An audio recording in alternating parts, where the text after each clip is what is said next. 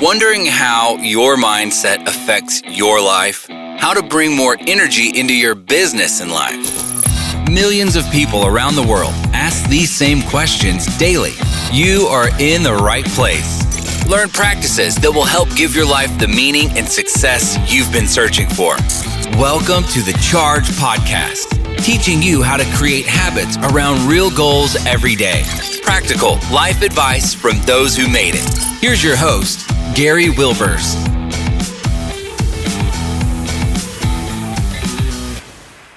You may be asking, why is it so hard to find quality employees for my business? When running a business, you face new challenges every day. Finding the right candidates and keeping them during this time is extremely critical to your success. Every business should be able to find the right candidates with a proven system and retain them by coaching them to success. The Success in Hiring Framework gives you the tools you need to attract, engage, and retain quality team members so that you can move your business to the next level. With my Success in Hiring system for business owners, you will learn how to recruit, hire, and retain the right fit for your unique business. I created this system after all my experience as a business owner with the same struggles as you. Best of all, it is free. Why do I do that? Because my purpose in life is to help business owners reach their full potential. Go to chargepodcast.com and click on the link, Success in Hiring, to start you on the path to hiring the right people for your business. Well, welcome, Chargers. Man, I tell you, the year is flying by. We're in that second quarter of the year. But I tell you, the thing is what are you accomplishing each day and then each week to get you to your goals? As you know, with the Charge podcast, it's about creating habits around real goals every day. And today, I think I've got an interesting topic for you that you'll really enjoy. But I'm going to ask Martin if you would tell us, what problem do you solve? Yes, we create passive income for investors that are looking to retire at some point and need passive income to live. You all know I like passive income, so I'm going to enjoy this conversation. And I think even if you don't have passive income, this is one you need to listen to because this may give you some ideas of what you need to get started. So Martin, if you don't mind, share with us what's 3 questions you're going to answer for our Chargers today. Sure, I can explain, what is note investing? What are the risks behind note investing? And what are the benefits of note investing? All right. So there are going to be some great topics. So tune in because we've got a great information for you today. And Martin Saenz is with me, and he's the managing partner of Bequest Funds. He is renowned as a thought leader in the mortgage note investment industry. Martin is generous with his firsthand expertise to the benefit of many of his clients and followers. He's genuine, loyal, and passionate about creating a better world through profitable businesses. He works hard to share and spread success.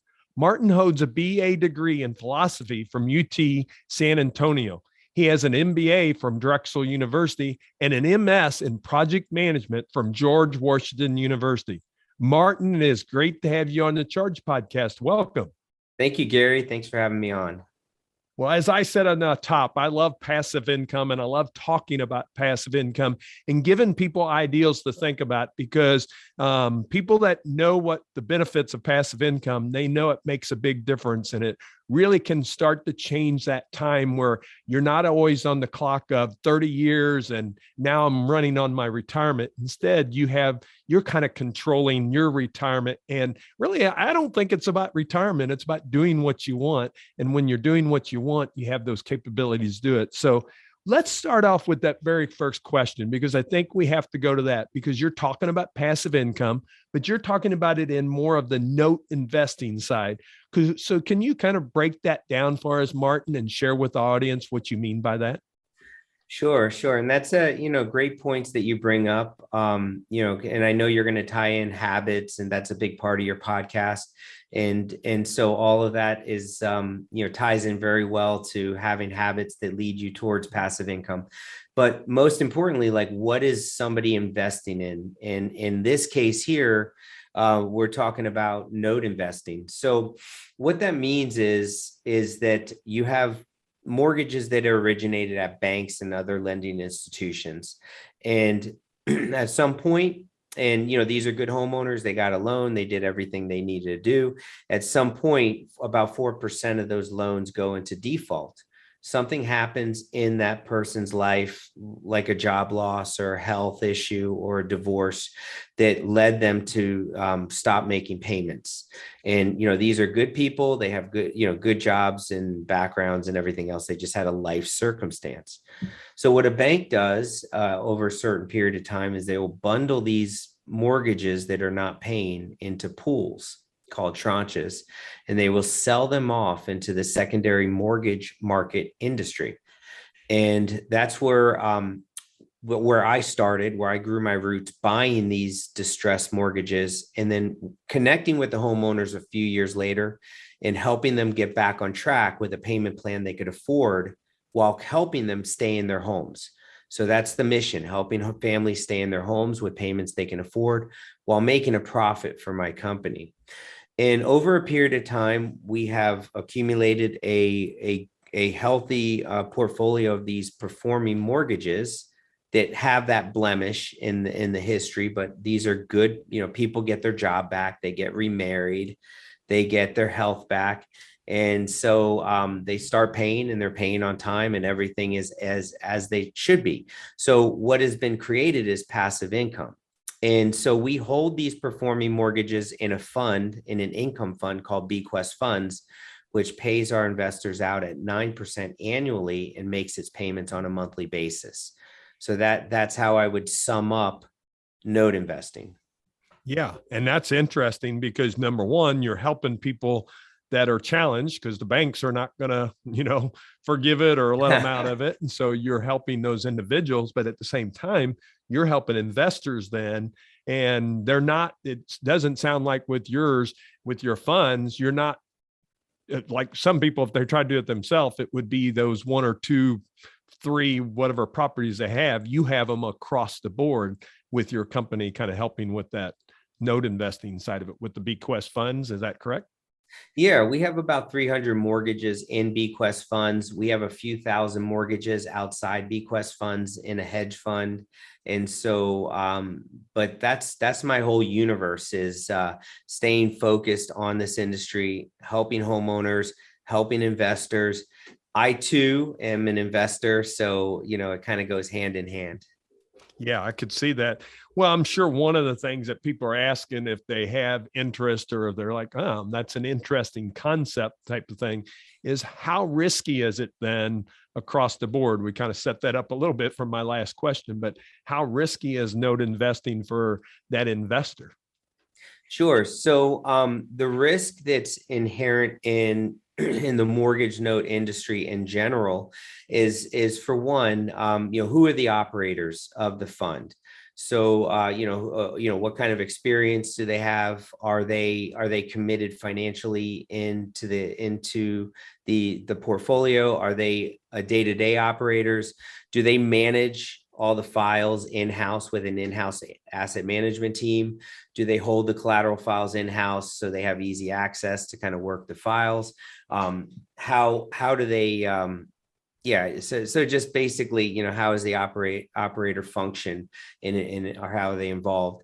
The other risk is the delinquency risk. So people that re-default again. And so we monitor that daily at our operation. So we have a controller that produces a daily delinquency report. We have an asset manager dedicated strictly to these performing mortgages and in making sure that they continue to pay. And our delinquency rate's at 98.58% as of today. So we feel very confident, but we never take that for granted. We monitor that daily and react daily. The other risk that's inherent is the equity coverage of these mortgages. So, how well protected are we as a fund, as investors in what we buy? And we keep our portfolio under 65% investment to value percentage. So what that means is if the home value is worth 200,000, we're in that deal for no more than 130,000. in terms of what we purchased. And since we buy these mortgages at a discount in the secondary mortgage market, we're able to keep that investment to value low, which means we have a 35% equity cushion if there is a default and we do have to take someone to foreclosure. Okay. So that's interesting. So you really set it up where there's some good protection in there. And I could see then why that is so important, because of course they've in the past, they've had some of those life circumstances that's been more of a challenge to them. And I guess that kind of really plays into that next question that you had. And I'm kind of interested myself in, because if I was an investor, which I am an investor in that part of it, the one thing I would be asking myself then is, okay, that sounds really good. But of course, one thing that scares people is like a 2008. Yes. The last couple of years, we've had a great run. There's been low interest rates. I mean, buying of homes have gone through the roof. But, most of us can see with the inflationary numbers that are coming out and the challenges that are coming out right now, that I'm not a downer by any. I'm a positive culture guy, but I'm also a realistic guy, that we see a little bit of a downturn. Most likely it's going to happen in the economy. I can't predict when, but over the next several years, we're going to see that. So as an investor, how do you handle with your funds to really watch those economic downturns that they always come, we always have great runs, but then the market always has to recorrect itself. That's a great question. So aside from that 35% equity cushion, if we do have to take someone through foreclosure, we're kind of accounting for some downturn that's going to happen. But aside from that point, what I think about from the 2008 crisis, because I've been in business since doing entrepreneurship, landlording, et cetera, since 2005. So I saw 2008 happen and went through it as well. What I would say is that a lot of what spurred the 2008 financial crisis occurred through mortgage-backed securities. So things that were manipulation that was doing on Wall Street, incorrectly rating these mortgage-backed securities and so forth. So we own these mortgages. That's something that I want to say. We don't own we don't play with derivatives. We don't play with buying percentages. We actually buy these mortgages and we house them about 40 feet from my office right here. All the mortgage files sit in a very secured room and fireproof safes. And we work these files with an internal asset management team.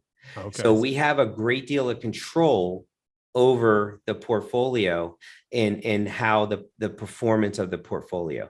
The other thing that spurred on 2008 is investor purchase properties.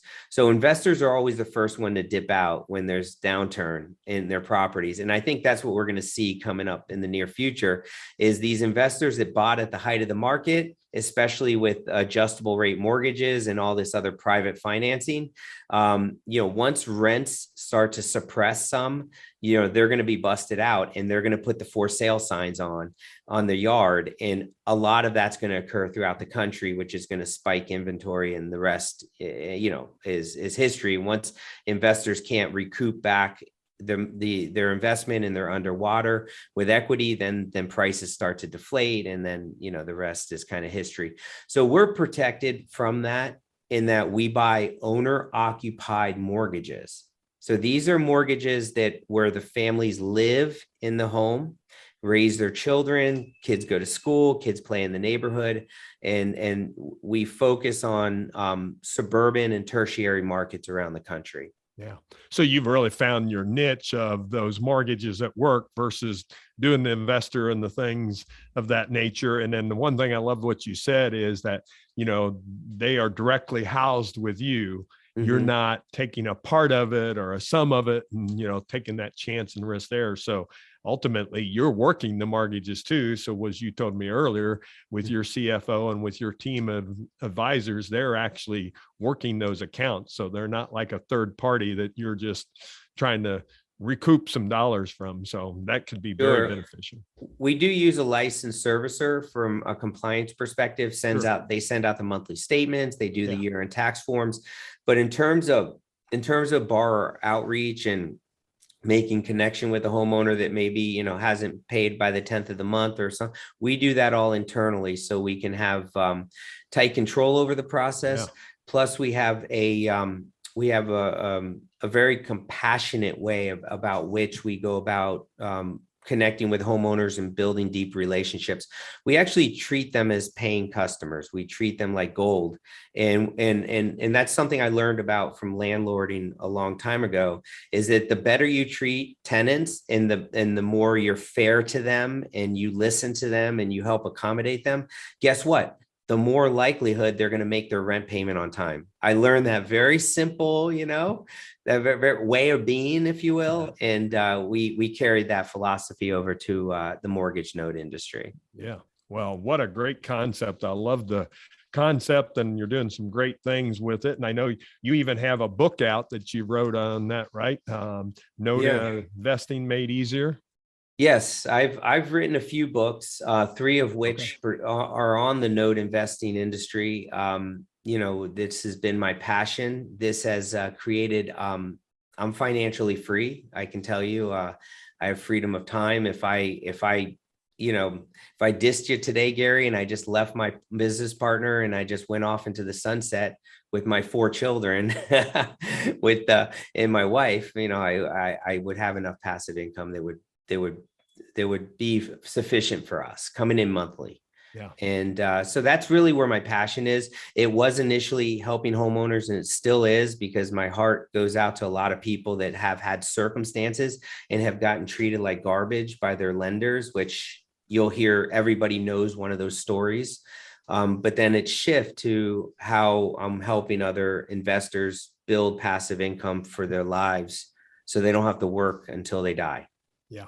Yeah. And it's one of those for any chargers is passive income. I have a lot of small business owners here, and they have a business, and I understand that can be part of that income factor, but that's not passive. Most business owners have to be in the day-to-day. Passive is where you truly don't have to do much to generate it, and you're getting a return on those dollars. And I've been in the landlord, we've had commercial as well as residential properties, and still have them. And, when those get paid off, and as you're paying them off, that becomes that recurring stream. And that's what I want people to think about, is how are they creating other things? I'm a believer, still put in the retirement, do those things, but what are you doing to create revenue that you don't have to be 65 or 62 or whatever that magic number for you is? Did you hit that number and you think, now I can retire? And the other thing I'm a believer in, Martin, just what you said, that it's not about retirement, because that shouldn't be an age. It's about doing the things we want to do. Yes. If your kids have an event and you want to be at that event, you have the freedom to be able to go to that event versus saying, oh, and it's at 1 o'clock in the afternoon, and where most people would have to ask off. Instead, you have that freedom to do that. And so I just rushed in. I'm sorry. Go ahead, Gary. Go ahead. No, go ahead. I was just going to say, my kids go to a school that called Classical Academy, and it's just such a wonderful education they're getting. I'm helping them raise 20 million for their new school. And I just rushed here at 9:30 to get here for your podcast at 10. So as I'm on the board, helping them raise money, and that's what I want to do. I don't want to have to feel like I need to be in the grind. I want to go and place my efforts to go help in other ways. But to your point, Gary, people are doing this for active income. They're busting their hump, especially small business owners. And that's where my heart is, because that's what I've been, since 05 or 04 rather. And then they're here with passive income. And the whole goal is to elevate the passive income, because the active income will decrease over time. And then you'll be here, and then no moss on the active income, and it's all passive. Yeah. I have a group that's in masterminds, and I talk about this. So if anyone's interested in one of the things, I've got a live event coming up and I'm going to talk about it, is we start out as we want to be entrepreneurs, and we are entrepreneurs, I believe, but we end up at the lowest level. We're really a business owner, and really what the business owns us, when you first start out. And then you move up and you become that entrepreneur, and you're starting to get some people in place, and they're helping to take care of things, but you're very much still have to be very active in the business, because if you walk out, the vision's gone, the processes is not going to happen. You may be able to take vacations now, but you're still very active in it. But I tell really what we're striving for is to become CEO of our company. Because what does chief executive officers do? They share the vision, they have the vision, but the people do the work in their businesses. And when you get that level that you're running as a CEO, then you have that freedom and you have that freedom time. And most likely you have somebody internally that is whatever title you use, general manager, running the company. And then it gives you that freedom of time that so many business owners want. But it's a process. You don't get there overnight, but that it's also about creating other income sources. And that's why I'm such a passive income fan, because you shouldn't create all your income in your one business. There needs to be you need to be diversified. Just like if you're in the stock market, you should be diversified. I'll tell you one habit I have, because I know you're a habit guy. And so, on my financial statement, which I update weekly and review with my family, I actually break out how much of my income comes from active and how much comes from passive. Oh, that's so cool. I'm looking for certain proportions, and then I also break out expenses in terms of what expenses are personal and what are expenses through the business. So I want to always be looking at accumulating assets that produce passive income. That's really the whole, and that's the whole rich dad, poor dad thing, cash flow quadrant. And that's one of the earlier books I read. And I mean, it may be a book that's 20 years old or what have you, but I mean, that is so true today, beyond belief. And especially you mentioned inflation. My goodness, we haven't even talked about that. Yeah. Well, Martin, you and I could have a conversation. I think we could go on for hours because we know we're both passive income guys. Hopefully what's happened is it's been a conversation. So the people listening realize if they do have some passive income, how can they increase that? Here's an opportunity for you. The other thing is if you don't have passive income, you really need to start doing some research. So definitely Martin has a book out there. Also, Martin, do you have, if they want to get information directly from you about your funds and stuff, how they could do that? Yeah, they can email me, martin@bqfunds.com, and that's funds with an S, martin@bqfunds.com. And we'll be happy to share some education. We'll be happy to do a one-on-one call. We usually do like an introductory, do the math call with one of our investor folks. And I'm on a lot of those too. And we just say, where are you at now? Where do you need to be to maintain your standard of living? Okay, well, this is the investment that it would take and to get you there, but nobody has that lump sum amount. So what do you need to do to get to that point? And so check that out. Yeah, we'll check that out and make sure people, we'll have that in show notes too, because it's so hard, because we know they're either exercising, cutting grass, doing something active. They're not just sitting here waiting to write down that email. So we have that in show notes for you at chargepodcast.com. My son actually does our show notes and does a great job with that. So you can go there, but it's martin@bqfunds.com, right? Yes. So you can go there and then also check out his book, and we'll have the links in there, how you can get a hold of the books from Martin's also in the show notes there. But before I let you go, Martin, I always ask guests two questions and stuff. You answered one and said one of your habits, but I know you got more than just one there. And of course, as you know, the podcast is named Charge, and that's a mantra of mine, of create habits around real goals every day. What's a habit do you think has really helped you create success in your life? I look at my financials every day. So I look at all my bank accounts. I look at my expenses, which I don't have too many expenses outside business, but I look at my accounts every day.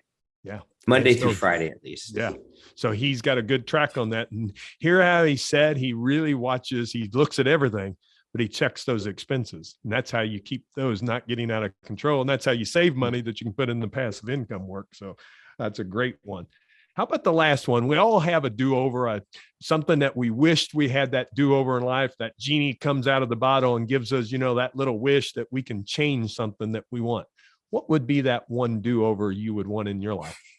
Yeah, in 2011, I had the opportunity to buy an entire block in the Northern Virginia area for $950,000. It had a commercial building. It had a large, 2-acre piece of land. And I had a vision of creating like a construction company, does cement work and all that, where they could have the trucks on the land and occupy the building. And I was scared.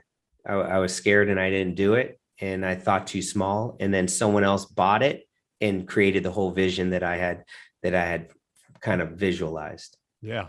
And I regret that. Yeah, it's amazing how sometimes you come back and it's like you wish you could have changed that item that's there. We can't, but we learn from those. And I'm sure you have learned a lot from that. And that's the key from the learning. That's one reason I love asking the question, is letting chargers know all of us make mistakes, And the thing is, it's about what did you learn from that mistake? Well, Martin, share with them one more time that email and any information you'd like to have them check out. Yeah, they can go to bqfunds.com to get more information, or just email me at martin@bqfunds.com. Well, Martin, I truly enjoyed the conversation, and I appreciate the great work you're doing, because you're helping people that when they're in time of need, giving them a chance to be able to stay in their homes. But at the same thing that I love is Martin's found a way to make money, not only for himself, but he also for his investors that get into the funds. And that's kind of a fun business when you're helping others in both aspects. So it becomes a dual role that you're able to do. So I congratulate you on that and wish you well on that capital campaign that you raised the money for your school for the funds. Thank you, Gary. Appreciate you. And I love what CHARGE stands for. Thank you very much. Chargers, I'm going to just give you this action. I want you to look at your expenses and your income for this month. I want you to take a look at that, just what Martin said, one of the things he does daily during the week. Take a look at that and really define that. Now, if you don't have that access very available, well, then that tells you what your action needs to do. You need to get to where you can take a hard look at that, know what your expenses income is, and then take a look at Martin's information. We'll have all that in show notes at chargepodcast.com, and come back next week and we'll have another great guest for you. Make it a great day. See you next week.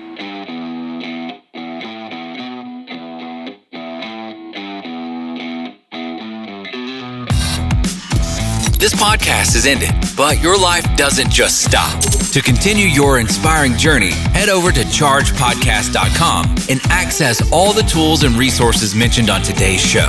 If you enjoyed this episode, consider sharing with somebody who may also benefit from the advice provided. That's chargepodcast.com. Until next time, charge in business and life.